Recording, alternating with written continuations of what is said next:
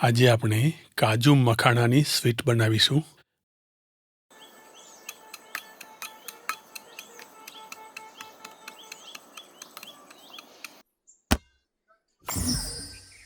આજે આપણે કાજુ મખાનાની મીઠાઈ બનાવીશું.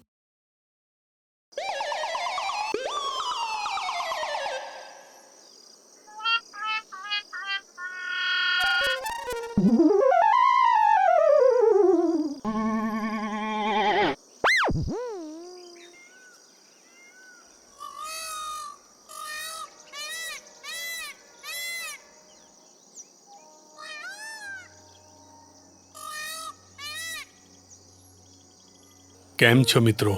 દિવાળી નજીક આવી રહી છે અને આવા તહેવારોમાં ભેળસેળિયા કાર્યરત થઈ જાય છે. અમદાવાદમાં 6000 ટન ડુપ્લિકેટ પનીર પકડાયું.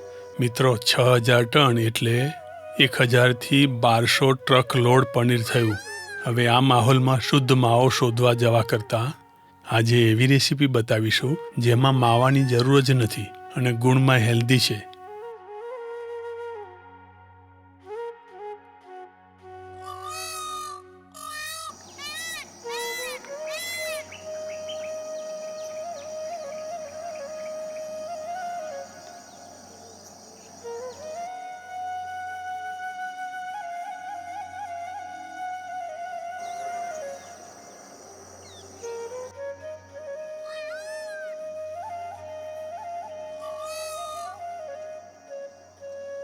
મિત્રો, આપની વિડીયો માત્ર કુકિંગની જ વિડીયો નથી હોતી, પરંતુ એક કમ્પ્લીટ વેલબિંગનું પેકેજ હોય છે, જેમાં positive thinking, exercise, nutrition, diet, eco balance, relationship તથા ગુડ હેબિટ વિશેની માહિતી તથા પ્રેરણા મળે એવા વિષયોને આવરી લેવામાં આવે છે.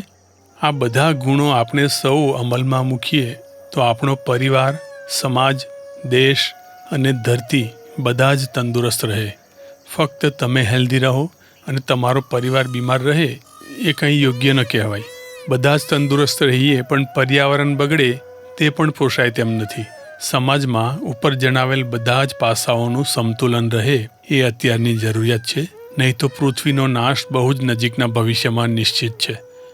તો અમારી આપ સૌને નમ્ર વિનંતી છે, ફક્ત રેસીપી પર ધ્યાન ન આપતા વિડીયોમાં બતાવેલ દરેક બાબતો પર ધ્યાન આપજો અને અમલમાં મૂકવાનો પ્રયત્ન કરજો. ફક્ત રેસીપીની ચેનલો તો આપણને લાખો મળશે અને અમને પણ ફક્ત રેસીપી બનાવીએ તો ચેનલનો ગ્રોથ ખૂબ ઝડપથી થઈ શકે એમ છે અને અમે ઘણું કમાઈ શકીએ એમ છે. પણ અમારો ધ્યેય ફક્ત કમાણી કરવી એ નથી. તો જે મિત્રોને એવું લાગે છે કે રેસીપી સિવાયની બીજી વાર્તાઓ છે તો માફ કરશો, પરંતુ અમે એ મિત્રો માટે કે જેને ફક્ત રેસીપી જ જોવી છે તેઓ માટે આ જ ચેનલમાં ફક્ત રેસીપી અલગ કરીને નાના વિડીયો બનાવીશું. હજી સુધી ચેનલ સબસ્ક્રાઈબ ના કરી હોય અને જો તમને અમારા વિડીયો ગમતા હોય તો ચેનલ સબસ્ક્રાઈબ કરજો અને બેલ આઇકન પર ક્લિક કરવાનું ચૂકશો નહીં.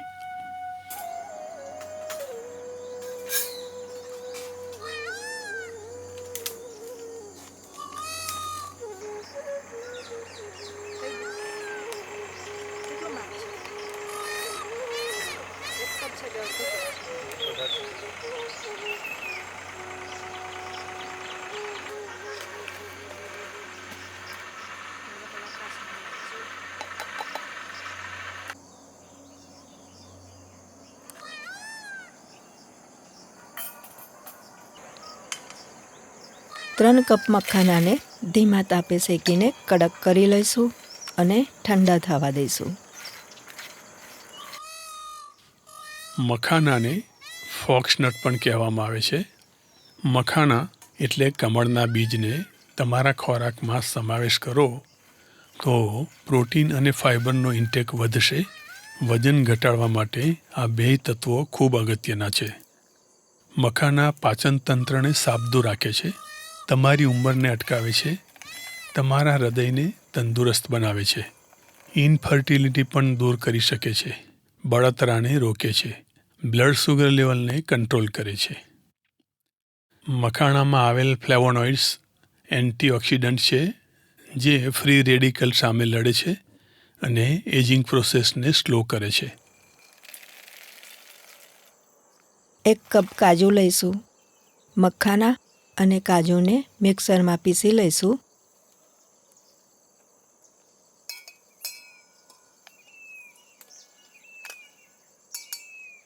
અડધો કપ સૂકા નાળિયેરનું છીણ અને 1 કપ અમૂલનો મિલ્ક પાવડર ઉમેરીશું.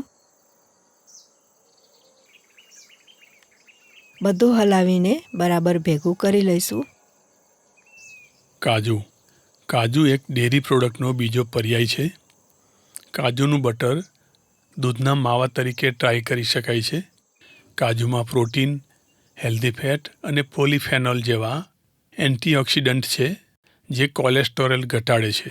રોજ 5 થી 6 કાજુ લેવાથી એલડીએલ કોલેસ્ટેરોલ, જે બેડ કોલેસ્ટેરોલ કહેવાય છે, તે ઘટતો નોંધવામાં આવ્યો છે. કાજુમાં આવેલ મેગ્નેશિયમ હૃદય રોગથી બચાવે છે. મેગ્નેશિયમ આપણને સ્ટ્રોકથી પણ બચાવે છે. કઢાઈમાં 500 ml દૂધ ગરમ કરવા મૂકીશું.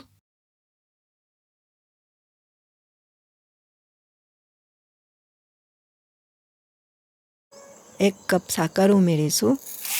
આપ સાકરના બદલે ખાંડ વાપરી શકો છો. થોડી વાર ઉકળવા દઈશું.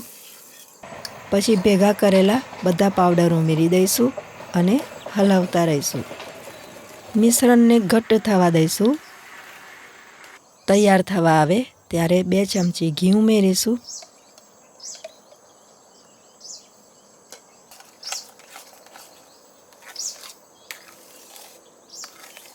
ટ્રેમાં ઘી લગાવી લઈશું.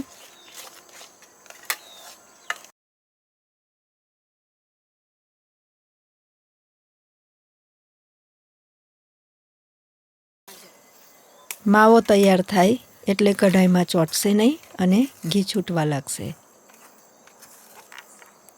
1 ચમચી ઇલાયચી પાવડર ઉમેરી હલાવી લઈશું. ઘી અને મખાણામાં રહેલ પ્રોટીન તથા ફાઇબર આ ત્રણેય ફૂડનો ગ્લાયસેમિક ઇન્ડેક્સ નીચો રાખે છે, અર્થાત ફૂડમાં રહેલ સુગરને ઓછી કરે છે. મિત્રો, ગ્લાયસેમિક ઇન્ડેક્સને સમજવા માટે તમારે જો વિડીયો જોવી હોય તો ઉપરની લિંક ક્લિક કરશો.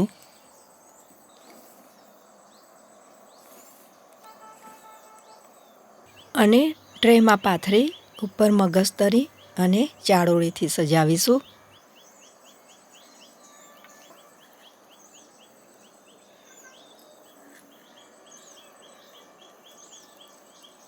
વાટકીમાં નીચે ઘી લગાવી ટ્રેમાં મસાલા ઉપર ફેરવી લઈશું.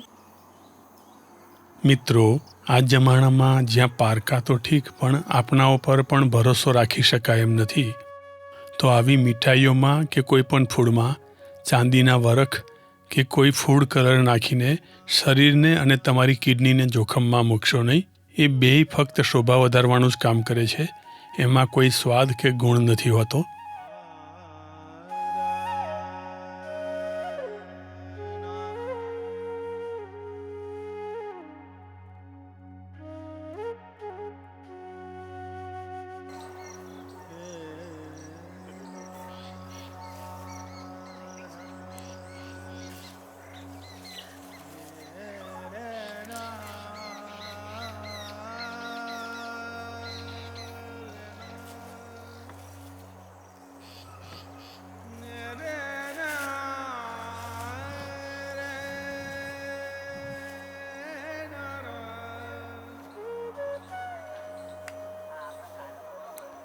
ચાલો, કાકડીનું ખેતર રસ્તામાં આવે છે અને ગરમી પણ છે, તો આપણે પાક્કું ચીબડું સમારીને ખાંડ ઉમેરીને આરોગીશું.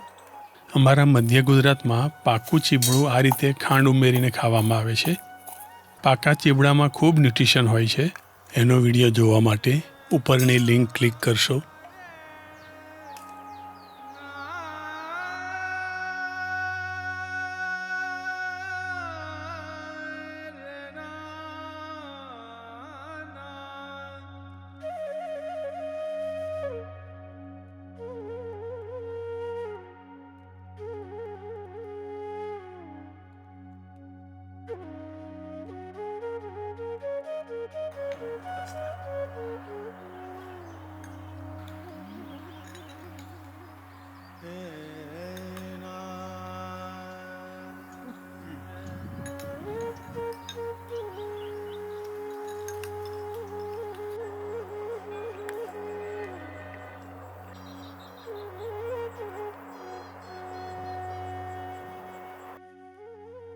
ટ્રેને ઠંડી થવા દઈશું અને પછી નાના મોટા તમે એને મનગમતા આકારમાં કાપી શકો છો.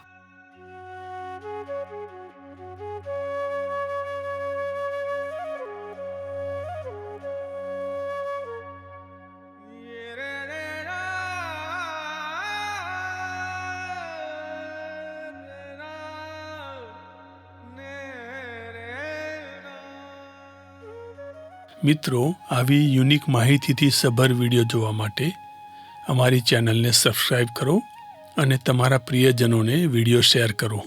ધન્યવાદ. આવતા વિડીયોમાં ફરીથી મળીશું. જય ભારત. વંદે માતરમ.